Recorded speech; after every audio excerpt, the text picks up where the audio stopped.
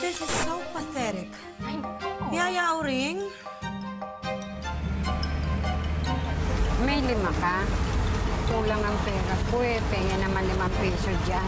Tulong mo na sa matanda.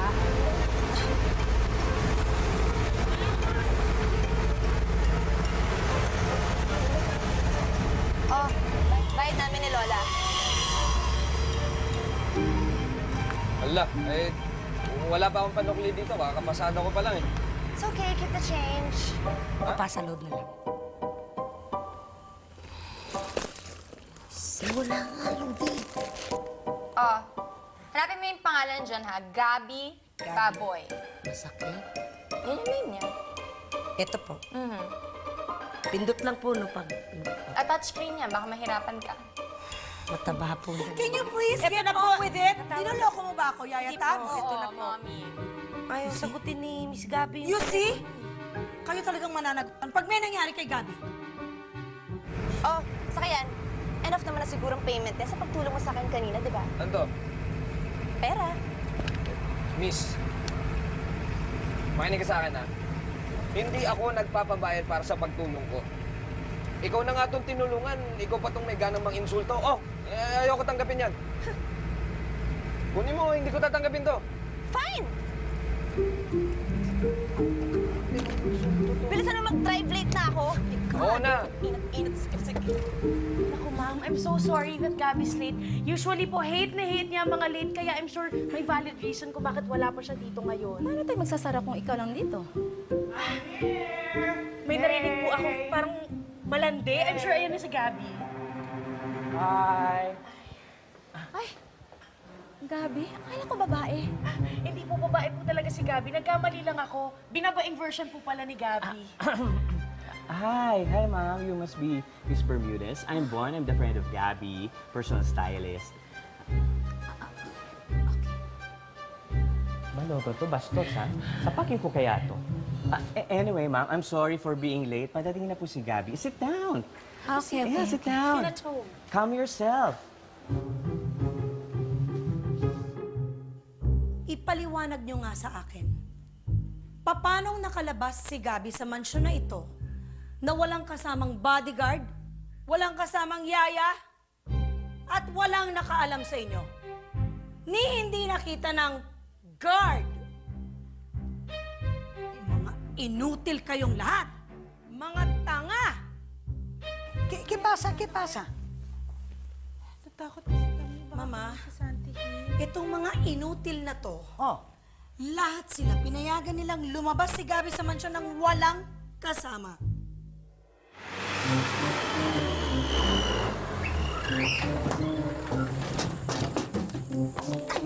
Thanks for making me super late!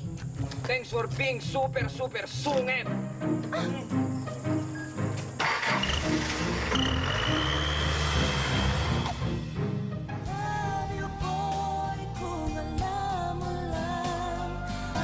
Sa tingin ko, kailangan nating palitan lahat ng household staff natin. Tanggalin silang lahat. hindi naman kailangan tanggalin ang staff natin. Ang kailangan natin, Iha, ay magdagdag. Magdagdag? Magdagdag. Sino?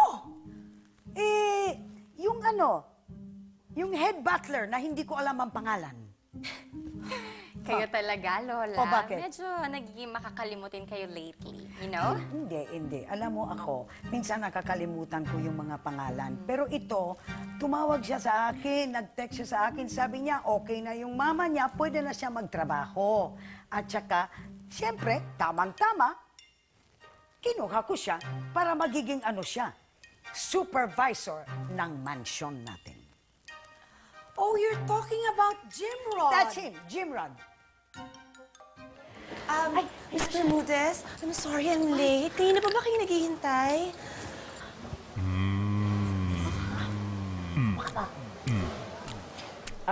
Ma'am, yan po kasi yung uso sa Milan, sa Italy, sa Japan, tsaka sa Konta Kinabalu. Yes, ma'am. It's the raccoon style. Yeah. Very in nowadays. Oo. Very Tayo. in.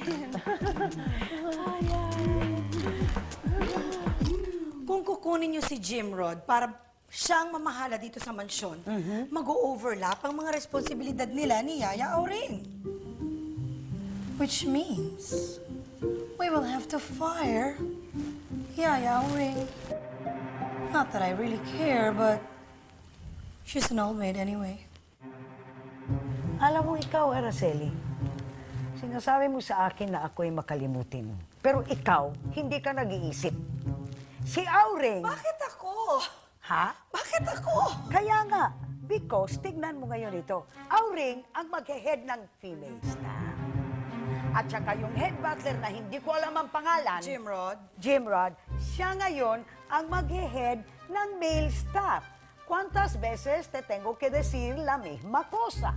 Ya te dije eso. Yaya Auring se queda para cuidar a todas las mujeres y el otro, aquel que no sé el nombre, se va a cuidar de todos los hombres. ¿Es tan difícil entender eso? Para tú, para ti, le barquillos, e ojales, e otap. Bueno, por favor.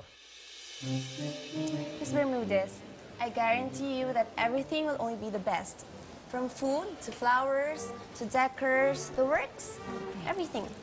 Salamat. Ay nako, ma'am, sa reaction nyo, parang sinasabi nyong matutuwa si General. Ha? Assistant mo ba siya? No, Vaughn is my creative director, my personal stylist, and my best friend. Multitasking lang naman, you know. Dadaan ako ng 50%. Wow, thank you, Miss Bermudez. Maraming salamat. Okay. Thank you Alis po. na ako. Ay, sige po. Sorry again for being late. Car troubles eh. Thank you, ma'am. Yes, ma'am. Thank Ingat po. you. Have a nice day. O yan, since wala na yung bruha, pwede ba? Explain mo na at ikwento mo na kung bakit ka late? Ay, nako, ang daming nangyari. My driver is hopeless, so I fired him. My car broke down on me. Tapos I almost got mugged. And then this jeepney driver helped me out. Parang sino.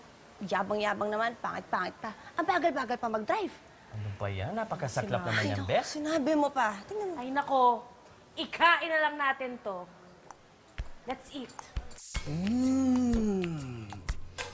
Mukhang masarap yung linuluto mo, ha? Siyempre naman, Georgie.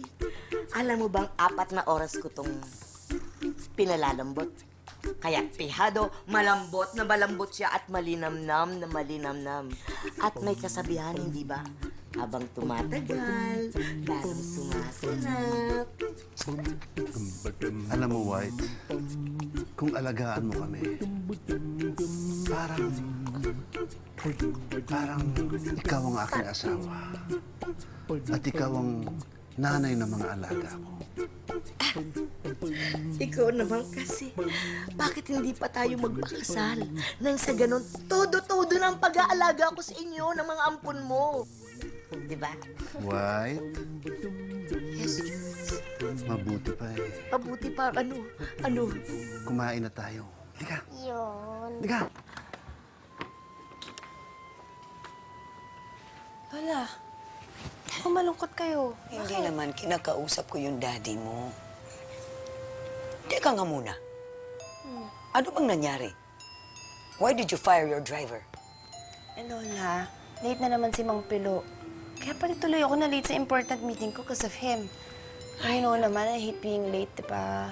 Pero alam mo, sobra kaming nag-alala sa iyo, Gabi. Imagine, ha? Nasira na yung kotse mo. Mabuti, sumusunod yung mga bodyguard at dinala yung kotse mo doon sa casa. Kung hindi, doon sa squatters na chap-chap na yun. Oo nga po, Lola eh. Oh, Ako, alam mo ba, Papa? Lola, kanina napasakay pa ako ng jeep. Sobrang nakakadiri. Ubod ng suplada. Bakit ganon? Biruin nyo, ha? Napaaway pa ako ng dahil sa kanya. Buti na lang, yakang-yaka ko yung mga mato na yun. Yung mga siraulo. Alam mo, naaralan ko tuloy nung niligtas mo ako sa mga sindikato na yon. Mga bata pa tayo. Sobrang galing makipaglaban. Tinawag ka ni Lolo George ng Rocky. ikaw naman kasi. Ikaw alam ko, Gabi, na gusto mong ipalago yung negosyo natin. Pero you have to slow down. Baka ano lang mangyayari sa'yo, alam mo? Kung nakakasalita lang yung papa mo, yun din ang sasabihin niya sa'yo. Teka nga pala, Lolo George. Ako po, bakit nga ako tinawag na Bert Misi? Eh kasi ikaw, kung gumisi ka, para kang si Bert Tawa Marcelo. Sumalangit nawa ang kanyang kaluluwa. Siguro naman, obvious na kung bakit asyong afro ang tawag sa amin. Ha? At ito, Boy Baldado.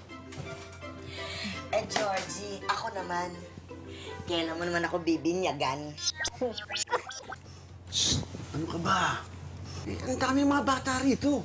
Ang ibig kong sabihin, kailan mo ako bibigyan ng bansag? Nakaklose ako ng deal with the general's daughter. Talaga?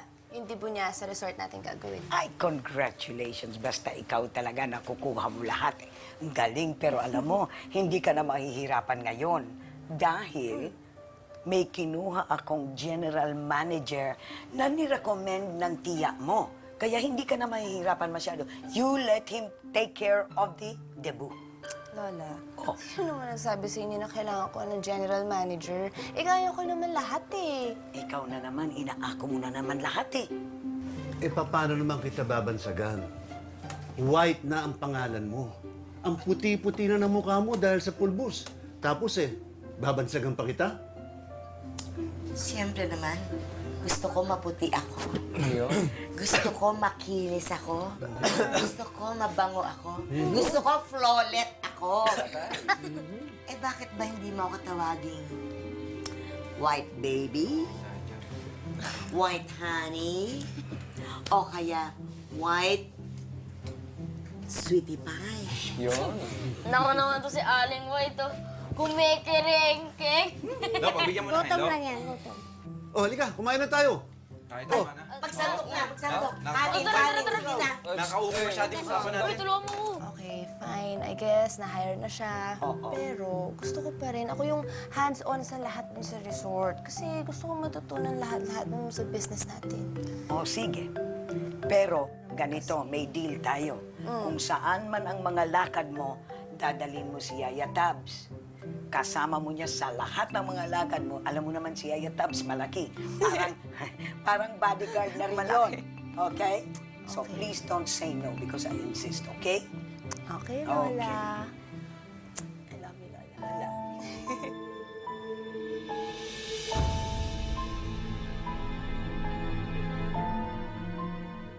Susunod sa My Driver, Sweet Lover. Kung mamalasing nga naman si Rocky. Ay, hindi naman siguro halata naman niya, Mano. Wicked! Alam mo, Rocky, mabuti pa. Ikaw nang pumasada ng taxi niya. Para makabayad ka sa utang mo kay Tisoy. Pakibukas! Pakibukas! Ano naman itong taxi na to? Mama! Ikaw na naman. You? Again?